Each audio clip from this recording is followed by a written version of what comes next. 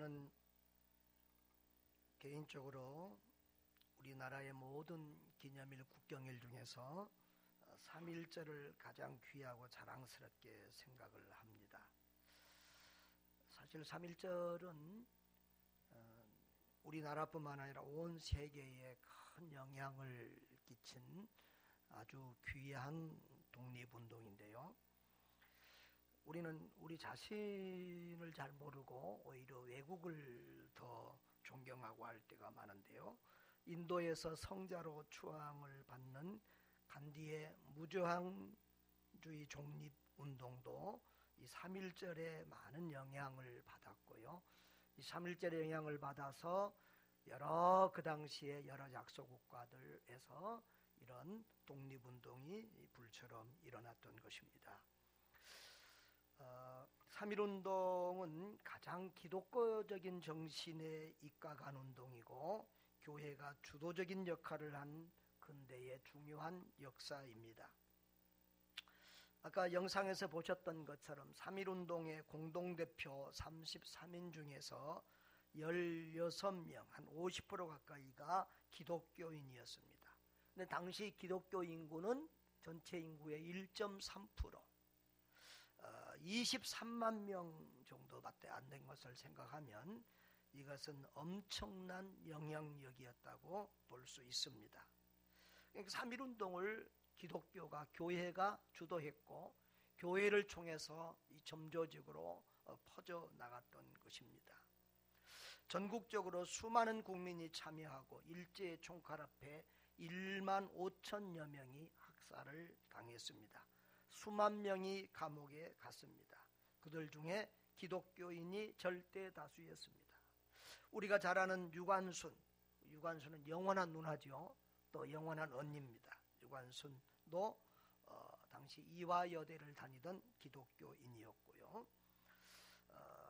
또 우리 제가 참 존경하는 분입니다만 안창호 선생, 또 윤동주, 김구, 이승만 대통령까지도 모두 다 기독교인들이었습니다. 이 구한말의 국가의 애국자들 대부분이 기독교인이었던 것을 우리가 볼 수 있습니다. 또 3.1절 이후에는 여러 교회가 폐쇄를 당하고 심지어 저 화성에 있는 제암리교회는요, 일제가 이렇게 교회의 문을 잠그고 불을 질러서 29명의 성도가 불에 타 죽기도 했습니다. 또 3.1운동은 그날 하루만 있었던 만세운동이 아닙니다. 서울 종로이가에 있는 탑골공원에서 시작이 됐는데요. 그 3.1운동을 기점으로 온 세계에 흩어져 있던 우리 민족 공동체에서 이 운동이 계속해서 퍼져나갔습니다. 그래서 국내에서 아까 1,500개의 만세 시위가 1,500번이나 있었다고 했는데요. 또 일본, 중국, 러시아, 미국 온 세계로 확산이 되어 갔고요. 그 3.1운동 이후로 1년 넘게 계속해서 이런 운동이 전개되었습니다. 그리고 상해에 임시정부가 수립이 되어서 이제 우리나라를 왕정국가에서 민주국가 대한민국으로 이렇게 옮겨지는 중요한 역할을 했습니다. 요즘 대한민국 그래서 국가 수립을 1919년으로 하자는 의견도 많이 있는데요. 저는 이런 역사적인 여러 가지 증거들을 통해서 거기에 상당히 동의를 하는 바입니다.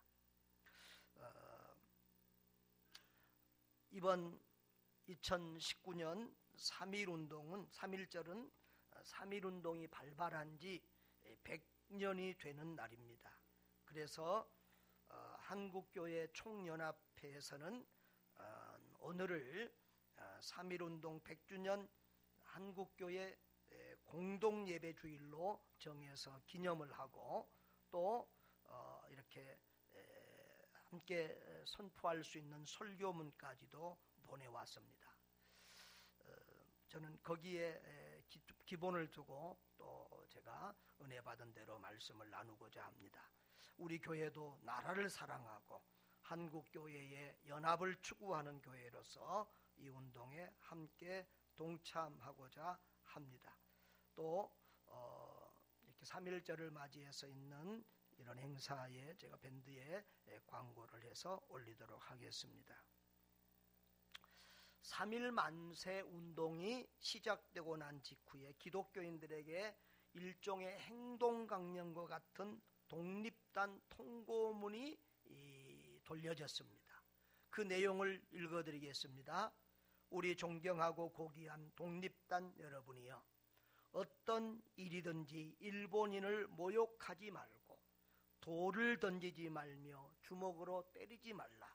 이는 야만인이 하는 바니 독립의 주의를 손상할 뿐이니 행여 각각 주의할지며, 신자는 매일 3차례 기도하되 일요일은 금식하며 매일 성경을 읽되 월요일은 이사야 10장, 화요일은 예레미야 12장, 수요일은 신명기 18장, 목요일은 야고보서 5장, 금요일은 이사야 59장, 토요일은 로마서 8장을 돌아가며 다 읽을 것이라 라고 했습니다. 여러분, 이 내용을 보면 3.1 독립운동이 얼마나 신사적이며 평화적인 운동인지 알 수 있습니다. 일본인을 모욕하지 마라, 돌을 던지지 말고 주먹으로 때리지 말라, 이는 야만인들이 하는 것이다. 그리고 기독교인들에게는 매일 성경을 읽으라고 했습니다. 오늘 우리는 이사야서 10장을 봤는데요, 바로 이 10장은 월요일 날에 읽으라고 하는 그런 말씀입니다. 여러분, 오늘 이사야서 본문은 그런 내용입니다. 자, 우리 12절 한번 읽어볼까요? 12절 시작. 그러므로 주께서 주의 일을 시온산과 예루살렘에 다 행한 후에 아수르 왕의 안어간 마음의 열매와 높은 눈의 자랑을 벌하시리라. 하나님이 이스라엘을 아수르라는 나라, 이제 요나서를 보면 니느웨라고 나오는데 이 니느웨가 아수르의 수도지요. 이 아수르라고 하는 나라를 들어서 우상을 숭배하고 잘못된 이스라엘과 유다를 징치하는데, 그리고 난 다음에 하나님은 이 아수르를 다시 벌하시겠다고 하는 그런 내용입니다. 왜 우리 일제시대 때에 우리 신앙의 조상들, 선배들이 이 이사야서 10장을 읽으면서 3.1 운동을 전개해 갔던가? 그것은 일본은 아수르라는 것이죠. 그 아수르의 모습 속에서 일본을 본 것이죠. 그리고 하나님이 아수르를 어떻게 하신 것을 본 것 중에서 하나님이 일본을 어떻게 다스릴 것인가를 바라보면서 기도하면서 이 운동을 전개해 갔던 것입니다. 아수르는 인류 역사에서 가장 잔인하다고 알려져 있던 나라입니다. 아주 점령한 나라들을 무자비하게 이렇게 멸절시켰던 그런 나라입니다. 그것은 지금으로부터 2800여 년 전에 이라크 북부 지역에 있었던 나라인데 중동 지역의 대부분을 다스리고 있던 나라입니다. 요즘으로 말하면 미국이나 중국이나 러시아의 힘과 비견되는 그런 큰 나라였습니다. 여러분, 이스라엘도 다윗 시대나 솔로몬의 시대에는 상당하게 힘이 있었고 영향력이 있었습니다. 그러나 솔로몬 왕 이후로 나라가 우상 숭배로 망하게 됩니다. 북왕국은 이스라엘로, 남한국은 유다로 갈라지게 됩니다. 그리고 북왕국은 결국 이 아수르라고 하는 나라의 지배를, 점령을 당하게 됩니다. 주전 722년의 일입니다. 그리고 남한국은 나중에 이제 BC 586년에 바벨론이라고 하는 나라에 망하게 되는데요. 그 이스라엘과 유다가 망하는 중요한 이유는 두 가지였습니다. 첫째로는 다른 신들을 섬겼다는 겁니다. 우상을 섬겼어요. 하나님 앞에서 가장 큰 죄는 무슨 죄지요? 우상을 섬기는 죄입니다. 제1계명이 뭐지요? 나 외에 다른 신을 내게 두지 말라. 하나님 외에 다른 신을 두지 말라는 것입니다. 2계명이 뭐지요? 하나님을 섬기되 우상을 만들면 안 된다. 우상으로 만들어서 하나님을 섬기면 안 된다고 했는데 이스라엘 백성들은 그것을 범했습니다. 특별히 북왕국 이스라엘은 더 심했습니다. 베델과 단에 금송아지를 만들어 놓고 이것이 하나님이다 라고 섬겼습니다. 그래서 북왕국은 더 크고 힘있는 나라였지만 먼저 이렇게 징치를 받고 멸망을 당하게 됩니다. 결국은 남왕국도 이렇게 바벨론의 멸망을 당하는데요. 그들의 큰 죄는 첫째로는 우상숭배, 둘째로는 강대국을 하나님보다 더 의지했다는 겁니다. 뭘 의지했어요? 강대국을 의지했어요. 그래서 나라가 애굽파가 있고 아수르파가 있고 바벨론파가 있어가지고 서로 이렇게 싸우고 그래 했습니다. 우리나라도 조선 말에도 사색당파로 서로 싸우고 또 이 일본에 잡아먹힌 것도 친일파들이 적극적으로 일본에 귀속되는 것을 원했기 때문에 이 친일파가 득세하여 성공했기 때문에 우리가 일제 식민지 살이를 하게 된 것입니다. 사실 알고 보면 그 중요한 원인은 내부에 있는 거예요. 외부보다도 내부에 있어요. 이스라엘도 우상을 숭배하고 이렇게 강대국들을 의지하는 이런 다툼 때문에 나라가 망하게 되는 것입니다. 여러분, 오늘 우리는 어떻습니까? 오늘도 똑같습니다. 우리가 역사는 반복됩니다. 지금도 우리는 저 강대국들 속에 둘러싸여서 미국을 의지해야 된다. 그래서 태국기 부대는 미국 국기 성조기까지 가지고 나와서 데모하잖아요. 친미국. 또 일본하고 친해야 된다. 아니다, 이제는 중국하고 친해야 된다. 뭐 북한하고는 또 어떻게 해야 된다. 이런 것들 때문에 늘 갈등하고 하루도 조용할 날이 없는 이 나라 대한민국을 보면서 지금도 역사는 계속해서 반복되고 있는 서글픈 모습을 봅니다. 아무튼 하나님은 이 아수르라는 나라를 들어서 아수르라는 나라, 바벨론이라는 나라를 들어서 이스라엘을 벌하고 그리고 유다를 벌했습니다. 그러나 하나님의 뜻은, 하나님의 사랑은 이스라엘 유다입니다. 하나님이 이스라엘과 유다를 벌하였지만 아주 버리지 아니하였습니다. 하나님이 우리나라를 벌하였습니다. 수천 년 동안 우상으로 가득 찬 이 나라, 그리고 서로 싸우고 물고 뜯는 이 나라를 하나님이 벌하였습니다. 정치가들이 싸우고 교회가 분열하며 싸운 이 나라를 하나님이 벌하였어요. 일본이라는 몽둥이를 들어서 벌하였어요. 그런데 하나님이 이 나라를 완전히 버린 것이 아닙니다. 이스라엘을 징치하던 도구로 썼던 아수르를 벌함같이 하나님은 우리를 깨닫게 하기 위해서 저 일본이라는 몽둥이를 들어서 우리를 때렸지만 하나님은 아수르를 망하게 하듯이 일본을 망하게 하실 것이다. 다시 이 민족을 하나님께로 돌아오게 하실 것이다. 할렐루야. 당시에 우리 신앙의 조상들은 그것을 믿음으로 읽었던 것입니다. 그래서 이 3.1운동을 하는 이 운동화간의 첫날에 이 이사야서 10장을 읽게 했던 것입니다. 자, 여러분 보십시오. 오늘 12절에 보면은 시온산과 예루살렘에 이 아수르를 들어서 하나님의 이런 진노를 행하신 다음에는 교만한 아수르를 벌하신다는 거예요. 그리고 그 아수르가 얼마나 교만했는가를 13절 14절을 통해서 보여줍니다. 13절 14절 다 같이 읽어봅니다. 그의 말에 나는 내 손의 힘과 내 지혜로 이 일을 행하였나니 나는 총명한 자라 열국의 경계선을 걷어치웠고 그들의 재물을 약탈하였으며 또 용감한 자처럼 위에 거주한 자들을 낮추었으며 내 손으로 열국의 재물을 얻은 것은 새해 복음자를 얻음 같고 온 세계를 얻은 것은 내버린 알을 주움 같았으나 날개를 치거나 입을 벌리거나 지저귀는 것이 하나도 없었다 하는도다. 앗수르는 이렇게 교만했습니다. 내가 내 손의 힘으로, 내 지혜로, 내 총명으로 모든 나라들을 정복하고 모든 것들을 빼앗았다라고 그렇게 말을 하고 있습니다.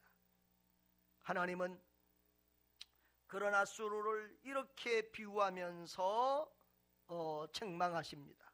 15절을 같이 한번 볼까요? 도끼가 어찌 찍은 자에게 스스로 자랑하겠으며 톱이 어찌 켜는 자에게 스스로 큰 채 하겠느냐. 이는 막대기가 자기를 드는 자를 움직이려 하며 몽둥이가 나무 아닌 사람을 들려함과 같음이로다. 그랬어요. 여기 도끼는 뭐지요? 도끼가 나오고 톱이 나오고 막대기, 몽둥이가 나와요. 뭐지요? 앗수르예요. 앗수르. 앗수르는 하나님이 사용하는 도구란 말이죠. 도끼, 톱, 막대기, 몽둥이와처럼 사람들이 들고 사용하는 그런 도구에 불과하다는 거예요. 그런데 이 도구가 사람한테 자기가 오히려 주인 노릇한다는 거예요. 자기가 주인인 체 한다는 거예요. 자기가 자랑하고 내가 나무를 잘랐다고, 내가 나무를 잘랐다고 이 도끼가 톱이 큰 소리치며 자랑하고 잘난 체 한다는 거예요. 그러나 진짜 주인은 누굽니까? 그 도끼를 든 사람입니다. 톱을 들고 쓴 사람입니다. 진짜 힘을 쓴 사람은 그 톱으로 나무를 켠 사람이라는 거죠. 몽둥이라는 거죠. 그분이 바로 누굽니까?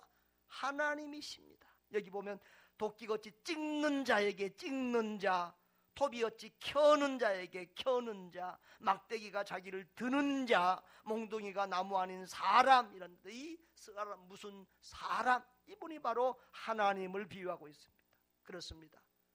앗수르는, 바벨론은 하나님이 사용하던 도구였을 뿐입니다. 그런데 그 도구가 교만하고 포악하면 하나님이 그 도구를 더 무섭게 벌하신다는 것입니다. 아멘.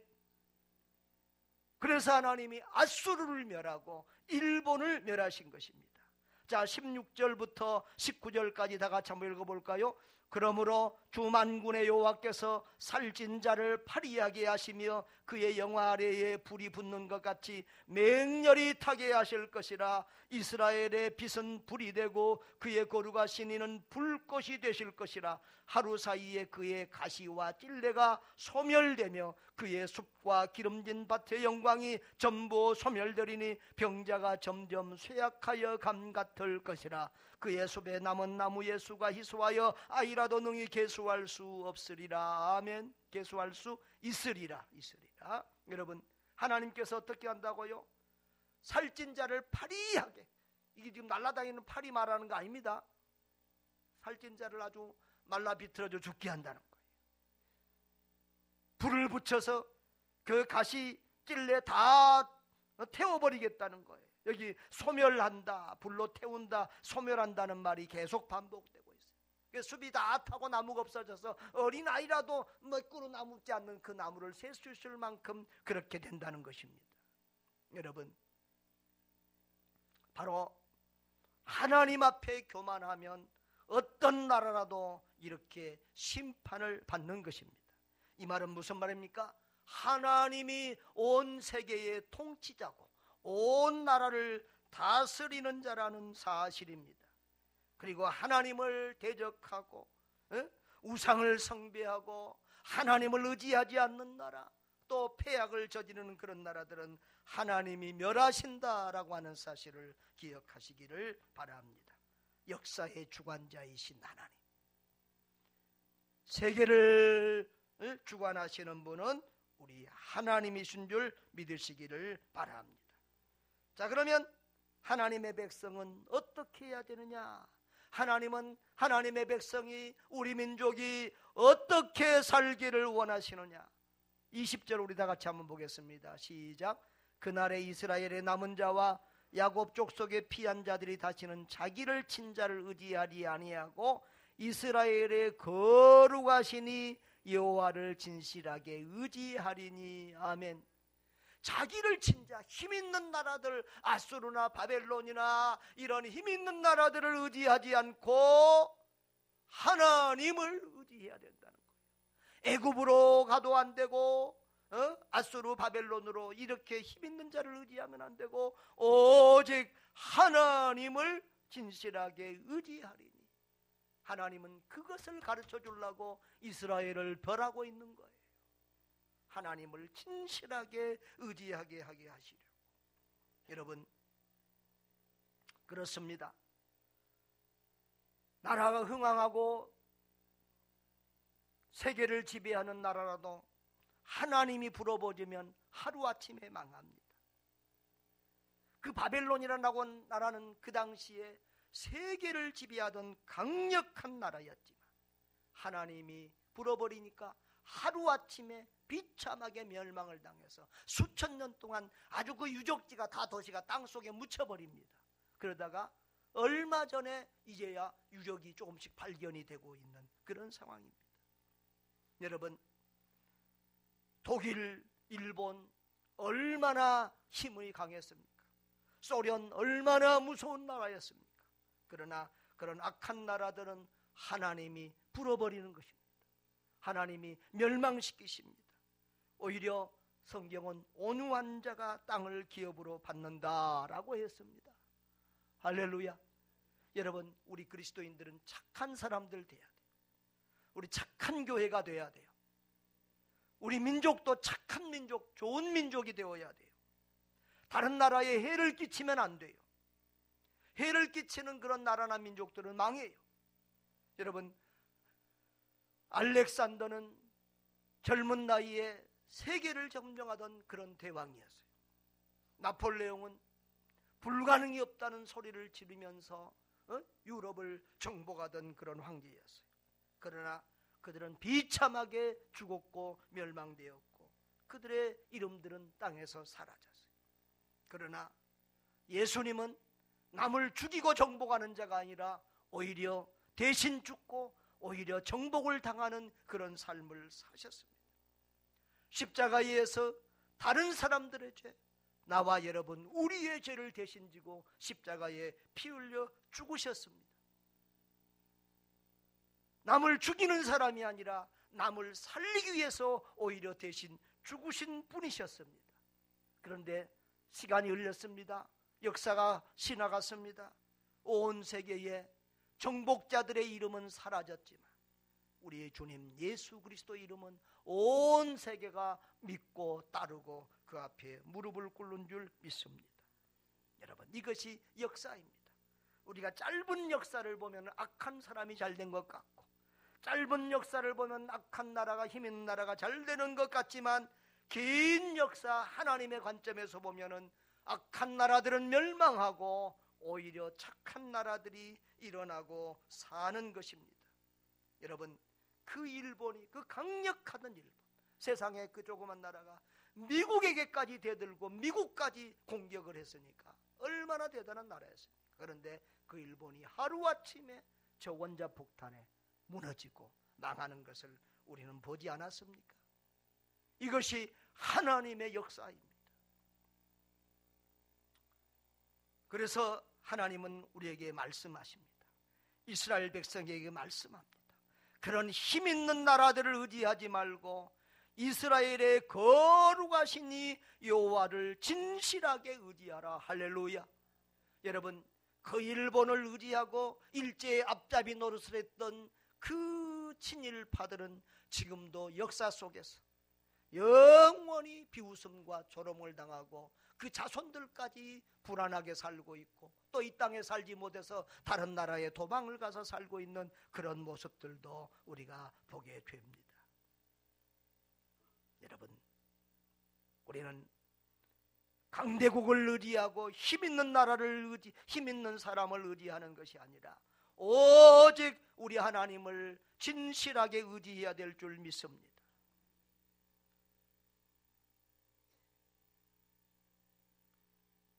오늘 우리는 하나님을 의지한 척합니다. 믿는 척합니다. 믿음이라는 것은 의지한다는 거예요. 믿음을 다른 말로 하면 의지하는 거예요. 하나님을 믿는다라고 하는 말은 하나님을 의지한다는 거예요. 돈을 의지하는 사람은 돈을 믿는 거예요. 요즘은 보험이 하나님이 됐어요. 보험을 의지하는 사람은 그 보험을 믿는 거예요. 우리는 하나님 외에 너무도 믿고 사는 게 많아요. 자식 믿고 살고, 남편 믿고 살고, 보험 믿고 살고, 세상 것 믿고 의지하고 살아요.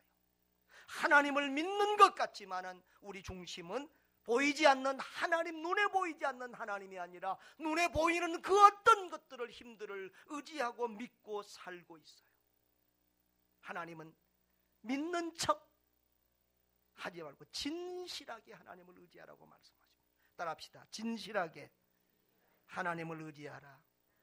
진실하게 하나님을 의지하라. 이것이 우리를 향한 하나님의 뜻인 줄 믿습니다.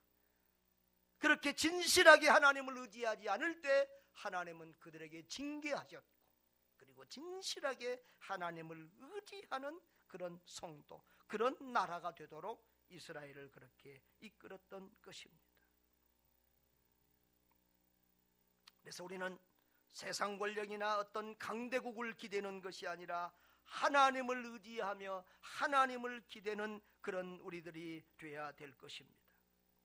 여러분, 3.1운동 때 우리 100년 전 보십시오. 우리 기독교인이 1.3%였습니다.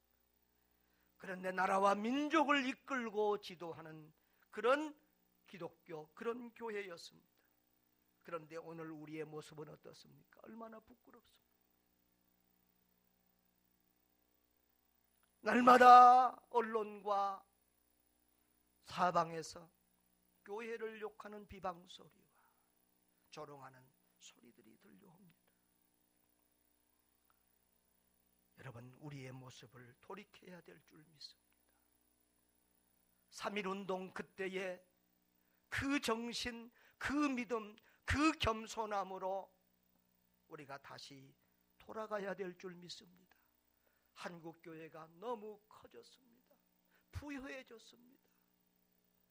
교만해졌습니다. 거만해졌습니다. 우리는 다시 낮은 자의 모습으로, 작은 자의 모습으로, 섬기고 희생하는 한국교회의 모습으로 돌아가야 될 줄 믿습니다. 여러분, 100여 년 전에 우리는 이렇게 비참한 상황을 살고 있었습니다. 일본의 식민지 지배를 받았습니다. 또 그 이후에는 6.25라고 하는 참 이렇게 민족 상장의 전쟁을, 민족 상장의 전쟁을 치루었습니다. 그런데 우리는 아직도 정신을 차리지 못하고 남과 북이 갈라져 있고, 동서로 갈라져 있고, 계층별로 갈라져 있고, 세대별로 갈라져 있고, 교회도 교단별로 갈라져 있고, 우리는 이렇게 늘 갈라지고 싸우고 나누고 찢기면서 하루도 평안할 날이 없이 살고 있습니다. 여러분, 이 3.1운동에 일본인들까지 모욕적인 말을 하지 않고 돌을 던지지 않고 그들을 욕하지 않았던 우리 조상들의 그런 모습을 보아야 됩니다. 그것이야말로 진정한 기독교 정신입니다.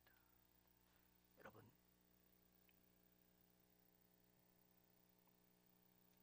우리가 일본을 이기려면 어떻게 해야 되죠? 우리가 중국을 이기려면 어떻게 해야 되죠? 우리가 북한을 이기려면 어떻게 해야 되죠? 더 강한 무기를 만들고 더 큰 힘을 키워야 합니까? 더 큰 군사력으로 무장해야 합니까? 그것이 하나님의 방법입니까? 하나님의 방법은 더 강하고 힘있는 나라가 돼서 일본을 지배하고 원수를 갚아라, 이렇게 말씀하지 않습니다. 여러분, 원수는 사랑으로 갚는 것입니다. 한번 따라합시다. 원수는 사랑으로 갚는 것이다. 옆에 분들하고 한번 더 인사. 원수는 사랑으로 갚는 거랍니다.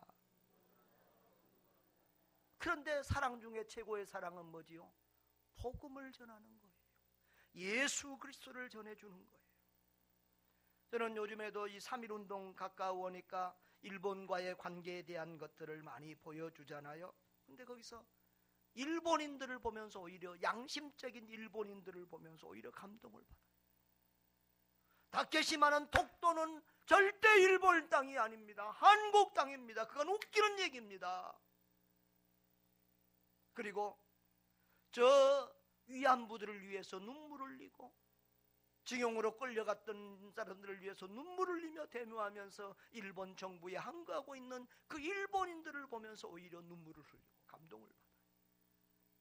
우리는 우리 민족이기 때문에 당연하지만 일본인들 중에서도 살아있는 양심인들이 있다. 저는 그들을 보면서 저분 우리 선교사님들 교회 다니는 분들이 아닐까 생각을 해봅니다. 우리 선교사님들 말을 들으면 우리 선교사님들이 대부분 일본 교회에서 목회를 합니다. 일본의 목사님들이 부족하니까 일본 교회에서 이렇게 전체가 일본 교인인데 목사만 한국인인 경우가 많이 있습니다. 그런데 그 일본 교인들이 전부 다 와서 아이고 목사님 독도가 일본 땅 아니에요. 그건 아니에요. 그건 다들 이렇게 말하고 이렇게 정말 양심적인 그런 고백들을 합니다. 사랑하는 여러분, 일본을 통째로 미워하지 말고 어떤 나라를 통째로 미워하지 말고요. 하나님의 방법은 사랑입니다. 온유한 자가 땅을 기업으로 받는 것입니다. 우리나라는 정말 보잘것없는 불쌍한 나라가 되었습니다. 일본에 잡혀먹혔습니다. 6.25 전쟁을 통해서 이 나라는 완전히 폐허가 되었습니다. 그 6.25 전쟁을 지휘했던 메가더 장군까지도 이 나라는 50년 안에는 다시 회복이 될 수 없다 그랬습니다. 그런 나라가 하나님의 은혜로 이렇게 빨리 회복되어서 한강의 기적을 일으키고 세계 10대 무역국이 되고 온 세계가 부러워하고 자랑하는 나라가 되었습니다. 엊그제 어떤 선교사님 말씀을 들으니까 그 대학에서 제일 센 과가 한국어과입니다. 법과보다도 영문과 이런 데보다도 한국어과가 그 대학에서 제일 세답니다. 그 정도로 우리 한국이 이렇게 힘있는 나라가 되었습니다.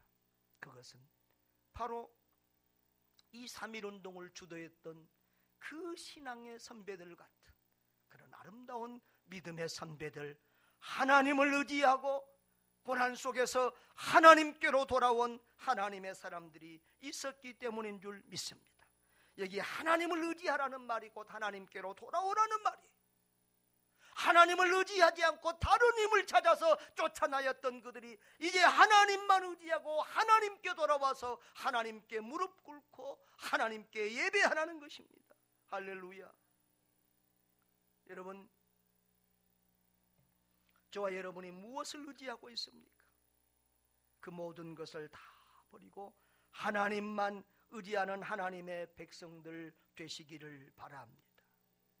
여러분, 하나님은 교만한 자를 물리치시고 겸손한 자를 높여주십니다.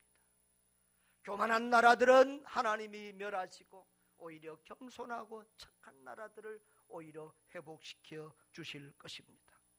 우리나라도 우리 민족도 늘 하나님 앞에 겸비하고 하나님을 의지하는 그런 나라, 그런 민족들 돼야 될 줄 믿습니다. 우리 각 개인도, 우리의 가정도, 우리의 교회도 잘 될수록 하나님 앞에 겸비하고 겸손하고 하나님을 의지하는, 하나님을 더 가까이 하는 그런 개인, 가정, 교회가 돼야 될 줄 믿습니다. 하나님이 역사를 주관하십니다. 하나님이 악한 나라를 멸하시고 온유한 자는 땅을 기업으로 받게 하십니다. 하나님을 의지하는 사람, 하나님께로 돌아온 사람들에게 하나님은 은혜를 베푸시고 복을 주실 것입니다. 100년 전에 우리의 신앙의 선조들은 목숨 걸고 비장한 심정으로 복음을, 비장한 심정으로 독립만세 훈련을, 만세를 불렀습니다. 여러분, 총과 칼을 들고 있는 군인들 앞에서 태극기 하나 들고 독립만세를 부른 우리의 신앙의 선조들은 목숨을 건 것입니다. 오늘 우리는 그런 상황은 아니지만 다시 한번 정신을 차리고 예수 사랑으로, 예수 복음으로 무장해서 나라와 민족을 살리고 세계를 살리는 그런 하나님의 사람들이 돼야 될 줄 믿습니다. 그런 저와 여러분 되시기를 주의 이름으로 축원합니다. 우리 다 같이 장로님 나와서 기도할 때까지 통성으로 한번 짧게 기도하겠습니다. 살아계신 아버지 하나님, 주의 은혜를 감사합니다. 이 나라를 주님이 살펴주셔서 이렇게 복되게 해주심을 감사합니다. 자유와 평화를 주심을 감사합니다. 독립된 대한민국을 주심을 감사합니다. 세계 선교에 힘쓰는 세계적인 선교 국가가 되게 하심을 감사합니다.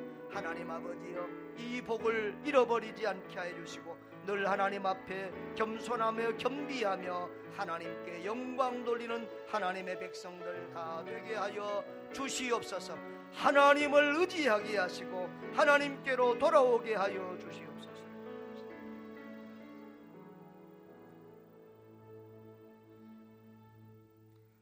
역사의 주관자 되신 하나님 아버지,